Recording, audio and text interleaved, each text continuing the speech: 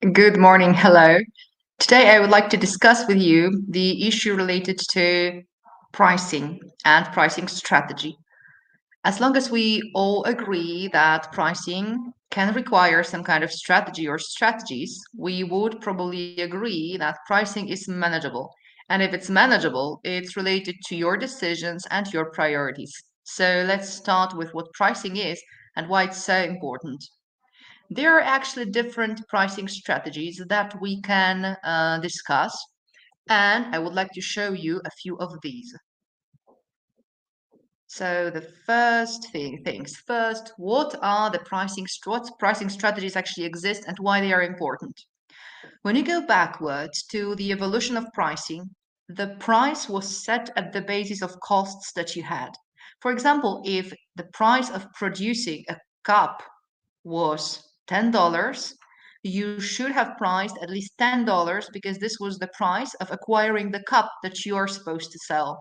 So basically, in this strategy, you analyze all of your costs, all of the cost structure, those that are dynamic, those that are constantly the same, and you try to mark the price that is adequate for this purpose.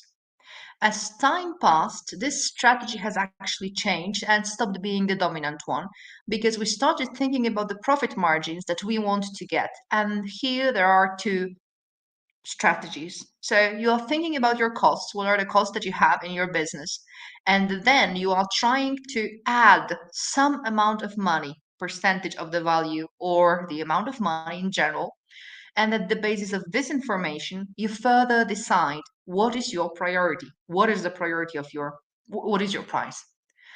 There are also two other strategies, which are scheming and penetration strategies. And scheming strategy is the one when you are the innovator and you have just started something totally new and no one else offers this. This is why you decide to offer a very high price because you want to take as much from the market as possible because you know that sooner or later other people are going to copy you. So this is skimming pricing. Then we have penetration pricing, and penetration pricing is based at the opposite direction. So you are willingly lowering prices because you want to dominate the market. And when you dominate the market, then you have a possibility, chance, and you decide to make your prices go up. Other strategies that are very common is the competition-based pricing. So basically, you look around your competitors, you look what are their prices, and you try to set up yours. The other two are perceived value pricing and customer-based pricing. And perceived value pricing is the one that I could say is the dominant one today in the industry because you analyze the value that you provide your clients. If they use your services, if they purchase your offer, what are they going to win? What are going to be their successes? And if you measure their successes, the change in their life, then you can say what is the value for them. For example, what is the value of the personalized attention that you give specific person on one-on-one coaching? What is the value of a group program where they can exchange ideas with other similar or like-minded people? So basically, this is the next idea. There is also the customer-based pricing, which I'm going to describe a little bit more when I go to AI pricing. So to be able to discuss it fully, I would like to also discuss what influences the price, and I would like you to understand it like really thoroughly, understand it. Because I don't believe in a kind of trust the process attitude. Because I believe that when you understand something, when you know why something works like this, then you can make the conscious decision. And it's not about some kind of coach or mentor telling you that this is the way you should take. In my opinion, the role of a coach is to show you different directions and help you to take the decision that is the best for you. So what actually influences the price? Number one, it's corporate image and the brand strength. I'm not going to go deep in that, but when you are a brand, established brand with a strong image and strong identity, then your prices can be 20 to 50% higher than your competitors. So this is the power of branding. Of course, this is the average number. Sometimes it's a little bit lower, sometimes it's a little bit bigger, but in general, so it's your image, the power of your brand. Then location. But a lot of people tell you that you should base your prices at the idea of where you are, but it's not true. You should charge analyzing the market on which you operate. So, for example, if you live in, I don't know, Czech Republic, and you serve clients who live in, for example, United States of America, then your prices should be adjusted not to your market where you live, but to the market with which you operate on which you operate. This is the basic assumption. So this is the mistake that a lot of people working for example, United States, Germany, or other countries, decide to charge less just because they are located in less privileged economies. And that's a mistake, actually. And a lot of coaches is going to tell you that no, you should charge less because you're in Hungary, for example, because it's inflation and you should charge less. As long as you're working on the international market or you're serving clients from other economies, your reference point is not in your economy, but in theirs. Okay. What is the situation in, for example, I know Germany, US, Canada, wherever you offer your services.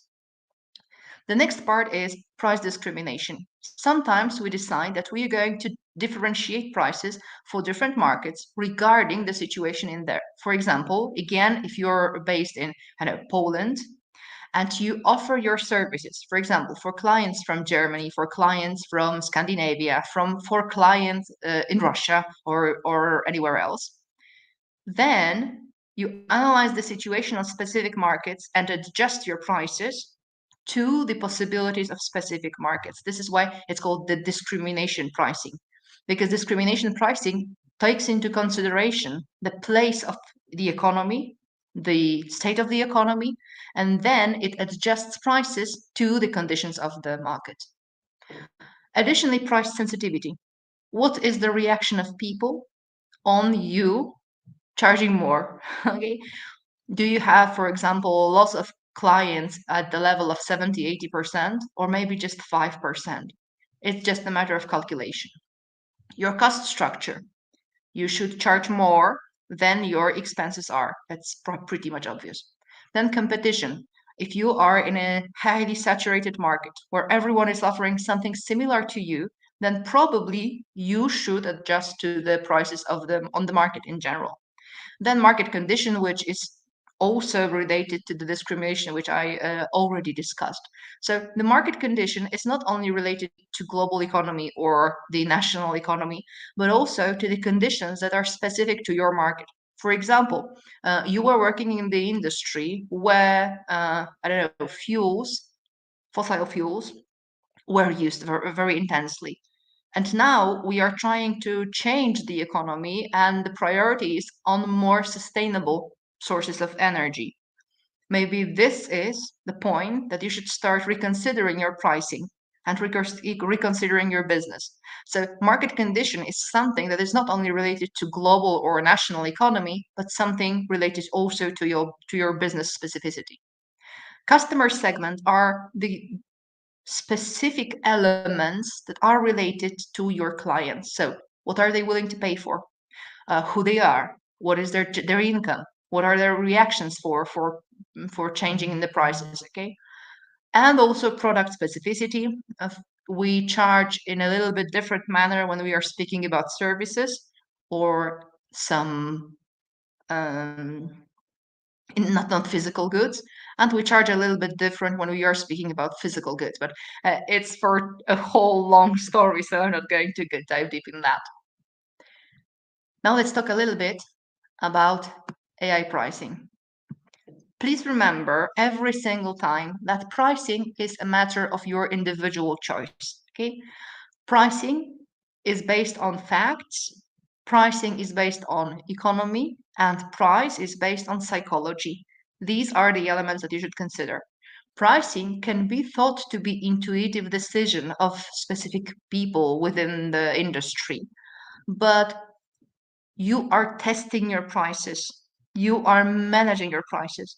And as long as you are managing something, it is not a kind of intuitive decision. It should also be based on facts, okay, at the response of the market. When we go to AI and pricing, I must admit that AI and pricing is one of the best matches in the world in general, because when you are thinking about pricing, basically you have a lot of data. You have the data related to your customers, to their purchases, to their mechanism of decision making. You also have the information about your historic purchases. You have the information about the industry and their pricing strategies. So AI can easily analyze the data and give you some recommendations at the basis of this data. So in general, AI is very helpful while we are thinking about pricing. Additionally, we also have access to all of the e-commerce data related to not only pricing, but also to the structure of, for example, sales funnels and their within them pricing strategy. So you don't have to look at the pricing strategy only from the perspective of one offer or one product, but basically from the perspective of a whole structure that you build around your offer, around your core offer. So this is why AI is so helpful here. AI is used to optimize prices. This is the highest, the most general level. So it analyzes the input data and it gives you the information about possible places to optimize it. For example, to charge more, but still experiencing a little bit drop in demand, and calculating what is the most beneficial for your company. But this is related strictly to the company, okay, in general, the company. Then we are thinking about the dynamic pricing, and dynamic pricing is more specific. It's based on the markets on which you operate. It's also based on specific products that you sell. So dynamic pricing is related to more to the relations of to reactions specific of specific people or specific organizations on the market than just speaking about your own organization only. And then we have the highest possible level. And dynamic pricing can be adjusted depending on the reactions of the system. For example, you say that your price is around between $10 and $20 per unit. This is just to give you the example. And system analyzes, AI analyzes what is the input from your company, from demand from your clients, and what are the average prices or most competitive prices from your competitors. And then it adjusts the prices, making them lower or higher depending on the reactions of your competitors. So basically, this is nothing else but adjusting the price in the dynamic matter in relation to what is going on in your sales systems and in the sales systems of your competitors. The last and the deepest possible level when we are speaking about pricing is the personalized pricing. And personalized pricing is related to specific customer that is purchasing goods in your shop. You analyze that also on dynamic in real time almost their strategies, their actions, their purchases, their preferences, and you make some offers more or less expensive depending on who is logged into the e-commerce system. These solutions are very expensive to be implemented, but they are amazingly efficient. So the same product could be offered to two different people for different prices, being aware that one of them is searching for more quality products and the other one is searching for something cheaper. Try to think how great potential it has, as long as clients don't know that you differentiate prices, of course, based on their previous decisions. When we are also thinking about the artificial intelligence and pricing strategies, we need to remember about a few challenges that are related to this area. So number one is data quality. We collect a lot of data in our businesses, and the ability to clean them, to process them, it's It's challenging and it's a huge job. So if you put inside the system some poor quality data, then the recommendations are going to be poor. And if you don't know it, you can make bad decisions. So you have to remember about it. And then data privacy. We have an enormous potential to gather a lot of data and to manage the data sets. But the privacy of our customers is of the highest importance, and the ethics of using those data. For this reason, data privacy has to be your priority if you want to use artificial intelligence in relation to your pricing strategy and price management. Again, we also have a lack of context, which could make data not complete or which would influence the decisions of artificial intelligence. For example, if your decision is to, if your challenge is to rise or lower prices, and the only input that you have is the historic data from your previous clients, and for example, it happened that you have a crisis around in the business, in the industry or global in the economy, and artificial intelligence is not supported with those information, they will offer you solutions at the basis of what they already know. It already knows. So predictions will also be based on these data sets that you offered the system. You have to remember to feed artificial intelligence not only with the data from your clients, but also from the data of global economy. Additional area that you should also think about is the human error. For example, during the preparation of the data, during selling the data, sending the data to the systems, people sometimes make mistakes, and it's clear, it's natural. We are only humans. It happens. So if you don't have some quality standards and some systems that are going to be responsible to analyze the quality of data, you are not going to have good recommendations simply because you have not taken into consideration this part. So please remember about it.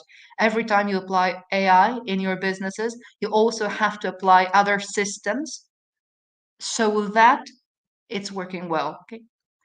Then we have model errors. So basically, there are those elements that you should have told artificial intelligence to do, to analyze, to go through, and you didn't. The output that you get from any kind of computer program depends in 80% on the information, the model structure that you give computers. Remember, even though it's called intelligence, it works in a little bit different manner. So the more good, well organized data you give the artificial intelligence, the better results you're going to get.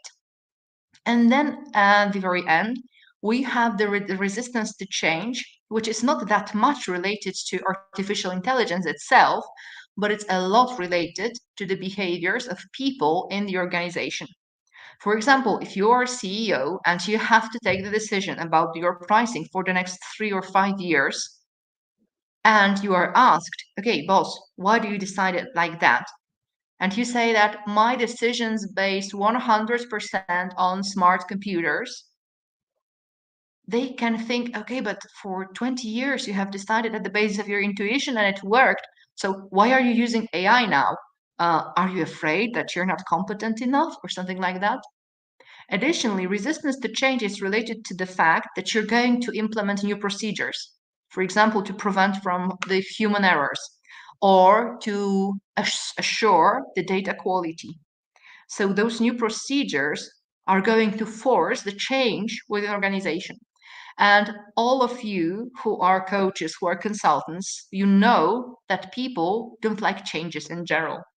So before the pricing strategy is going to be based 100 or 80% on the AI solutions, you need to prepare your teams, you need to prepare your employees that this change is going to happen and what are going to be the consequences of this thing. I can see that we have one question. What if you serve the European international market? How to choose the pricing? I'll show the question. How to choose the pricing strategy with these differences. When you are serving international clients, you have to look at, logically, international market. So you have to analyze what is the situation on the international market. Which countries are your priority? Because in most cases, we have our preferences, even though we are telling and saying that we serve international clients. Because look, there is really a narrow group of brands that work globally in all countries. Okay, so the idea that you should do, that the work that you should do, is related to two levels. The first one, you should think about international market in general. Who are your competitors? What is their offer? What do they sell? What are the needs of clients who are in your market?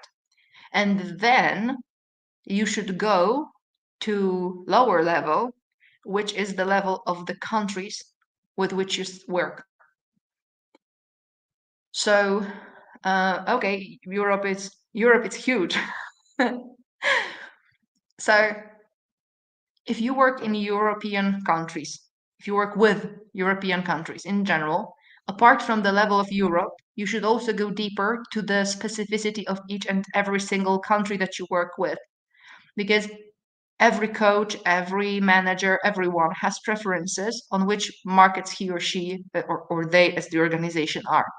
So at the basis of this, you are choosing your marketing strategy. And as a consequence, pricing strategy, which is a part of marketing strategy. What is the situation in those countries? What are who are the competitors on those markets? What is their pricing strategy? Just to understand the market. And then if you are more into value-based pricing, what is the value that you offer your clients that they are willing to pay you, and how severe their problem is that they are ready to pay you more? For example, if you decide to price to sell low ticket offers, then you can work perfectly well in all countries worldwide, because $7 in US, in Poland, and in Belarus, they are $7 in numbers, but they are calculated in terms of value of the money in a totally different manner. So you should think about the value that you offer compared to the costs that they have in general. For example, if you offer someone the ability to change their life and to feel satisfied again, to feel motivated again, how does it change their lives? What is changing in their lives? What is the benefit that they have? What is the pain that you relieved them from? And if you have this decision, you have this information, then you should go and calculate it. What is the value for the person that he or she feels more satisfied, more driven? How much more can she earn? What is the percentage of people that are going to build better relationships? What is the value of this? So yeah, basically this is what the process that you should go through to set your prices. And of course, there is a lot of more elements when you set prices, which are detailed elements. But I just wanted to give you a walk around the pricing in general, because I don't want to go that deep into details. If you're interested in more, if you would like to work a little bit closer with me about your pricing strategies, about your marketing strategy, please DM me, and we will set the details. We will set the call. Thank you very much for today, and have a great day. Bye.